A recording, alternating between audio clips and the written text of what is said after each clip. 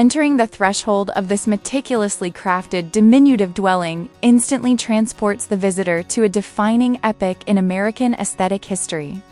A period when deliberate design choices prioritized functional elegance above all else. Affectionately christened the timeless spirit.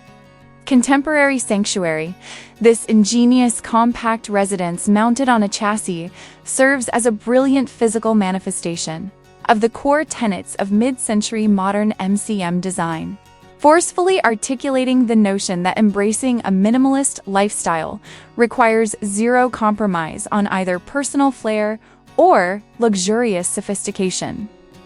From the immediate curb appeal, the architecture establishes its thematic roots, frequently exhibiting a distinctive horizontal orientation embodied by a streamlined, asymmetrical shed roof signature, architectural cue prevalent throughout the vibrant 1950s and 1960s, harmoniously paired with a compelling textural juxtaposition of organic materials, such as the inviting warmth of rich Douglas's fir planking, set against the sharp industrial precision of dark, matte-finished metal paneling. The single most defining characteristic remains the pervasive integration of expansive glazing.